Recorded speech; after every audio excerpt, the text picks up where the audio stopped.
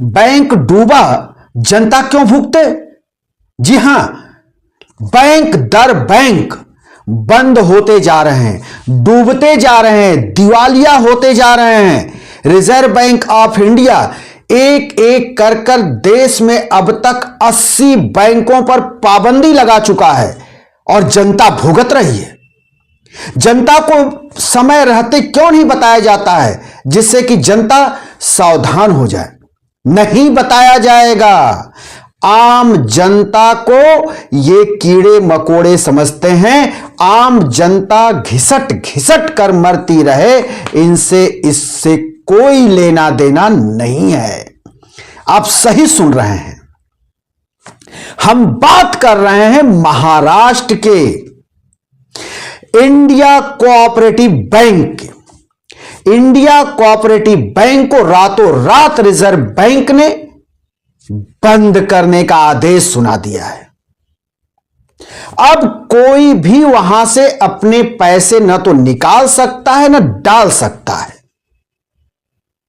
लोग सड़क पर उतर आए। जब लोगों को यह खबर लगी तो लोग घरों से बाहर निकल आए और बैंक तक जा पहुंचे। इस बात पर हम भी आएंगे, लेकिन आज हमारे देश की मीडिया भी हैरत में डालती है इस तरह के जरूरी, जो सीधे सीधे जनता के सरोकार से जुड़ी हुई खबर होती है, उस पर न बहस करती है, न चर्चा होता है, न किसी तरह की खबर चलाई जाती है। खबर क्या चलाया जा रहा है कि महाकुंभ में 40 करोड़ से ऊपर लोग स्नान कर लिए, 50 करोड़ जनसंख्या वहां पर पहुंच चुकी है। अब तक लोग वहां अमृत त्रिवेणी में स्नान कर चुके। वहां पर महाकुंभ में श्रद्धालुओं को गिनने में लगी हुई है हमारी मीडिया। दूसरी खबर चलाई जा रही है अमेरिका में प्रधानमंत्री नरेंद्र मोदी और ट्रंप के मिलने की। ये सारी खबरें चल रही हैं, लेकिन जो सीधे सीधे जनता के सरोकार से जुड़ी हुई खबर है, उस पर किसी का ध्यान नहीं है। इसलिए जरूरी हो जाता है कि हम आपके सामने इस बैंक के डूबने की और बैंक को लगातार एक एक कर क्यों बंद किया जा रहा है और ये हालात क्यों आते हैं, इसी के ऊपर बताएंगे। तो ये जो मुंबई का एक प्रमुख बैंक है, new India cooperative bank, new India cooperative bank के महाराष्ट्र में 28 शाखा है और ये 28 शाखाओं में लोगों के हजारों करोड़ रुपए जमा है। लेकिन अब ये हजारों करोड़ रुपया जो आम जनता की जमा है, वो किसी मेहनत से आई हुई है, जो पाई पाई कर लोग यहां जमा किए। किसी को बेटी की शादी के लिए पैसे की जरूरत थी तो उन्होंने जमा किया, बच्चे को आगे की पढ़ाई के लिए उसने पैसे को सजो कर रखा, तो कोई अपने बूढ़े मां बाप की दवाई के लिए रखा, तो कोई अब रिटायर होने के बाद अपनी जीविका को चलाने के लिए यहां फिक्स डिपॉजिट किया, जिससे कि उनको इंटरेस्ट मिलता रहे और उनका जीवन यापन चलता रहे सुचारू रूप से। तो इस तरह से पाई पाई कमाकर अपनी गाढ़ी कमाई के पैसों को लोगों ने इस न्यू इंडिया कोऑपरेटिव बैंक में रखा।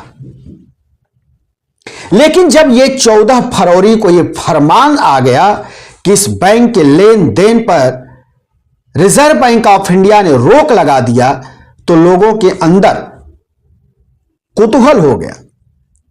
जो खाता धारक थे वो सुबह से ही जितने भी इस बैंक के शाखा थे, मतलब हैं, उन शाखाओं पर उनकी भीड़ जुटने लगी और सब यही जानने में लगे रहे कि मेरा पैसा कैसे हमको मिलेगा, कैसे हम निकाल पाएंगे।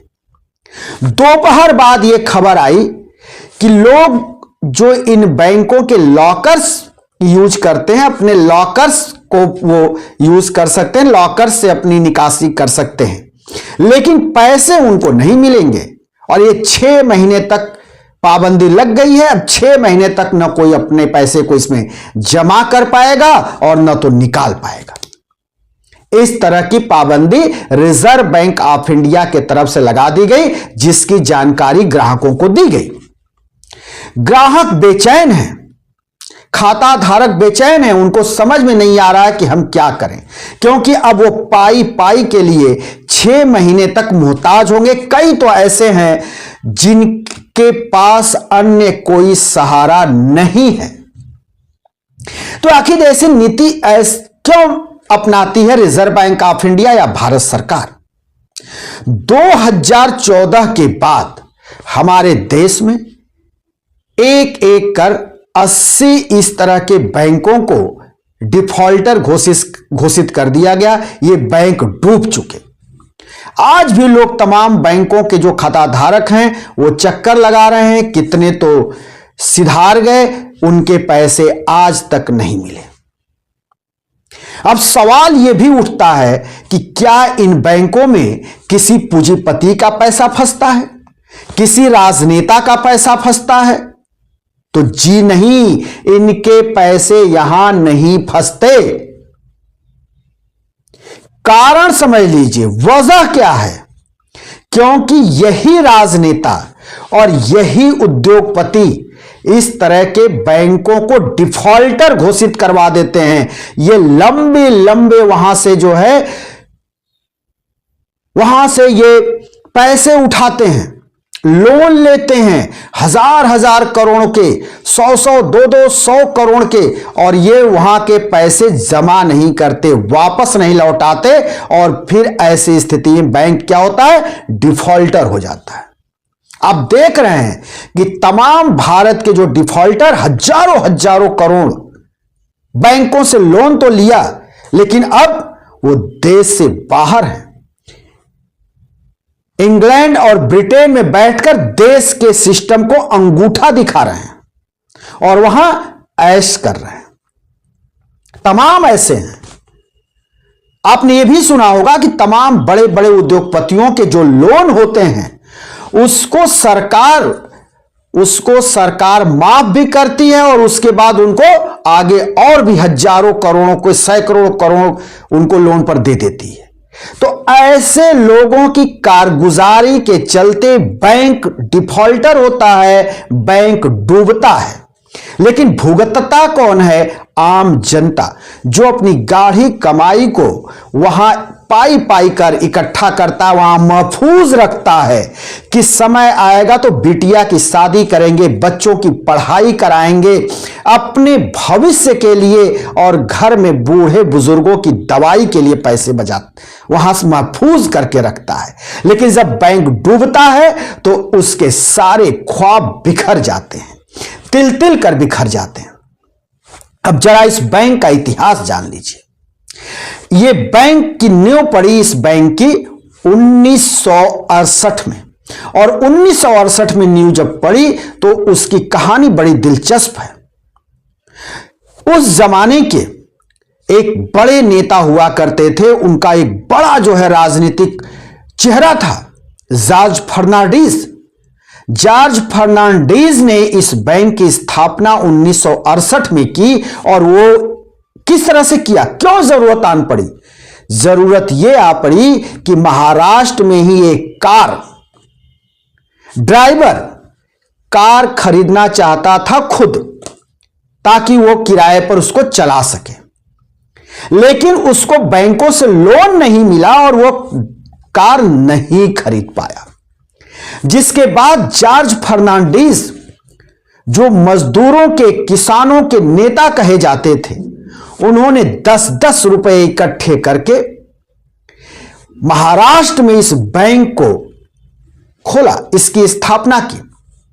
आगे चल करके यह बैंक 1977 में मल्टी स्टेट बैंक में तब्दील हो गया, और 90 के दशक में इस बैंक के कई शाखा खुल गए महाराष्ट्र में, और यह बैंक जो है विधिवत आरबीआई के अंतर्गत संचालित होने लगा।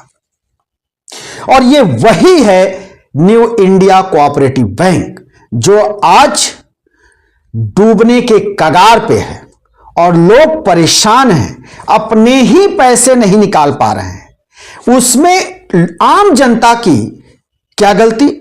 भाई पैसे हमारे हैं, पैसा हमने जमा किया, तो फिर बैंक से हम अपना पैसा क्यों ना निकालें? इसमें हमारी क्या गलती है?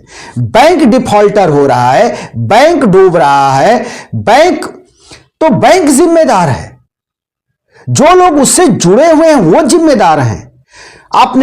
आपको एक बात जानकारी के लिए बता दें, जितने भी कोऑपरेटिव बैंक पूरे देश में चलते हैं या स्टेट लेवल के बैंक चलते हैं या फिर डिस्ट्रिक्ट लेवल के जो बैंक चलते हैं, आरबीआई तो उसको देखती है, लेकिन उसका जो सिस्टम होता है उसमें सीधे सीधे राजनेताओं का और रसूख रखने वाली या सत्ता दल का उसमें सीधा सीधा हाथ होता है, क्योंकि उसके चेयरमैन होते हैं, उसके डायरेक्टर होते हैं, और ये जो दोनों पद अहम हैं, और ये दोनों अहम पद राजनेताओं के पास होती है और सत्ताधारी लोगों के पास होता है। इतना ही नहीं, जो मेंबर होते हैं वो भी राजनीतिक पार्टियों के ही होते हैं।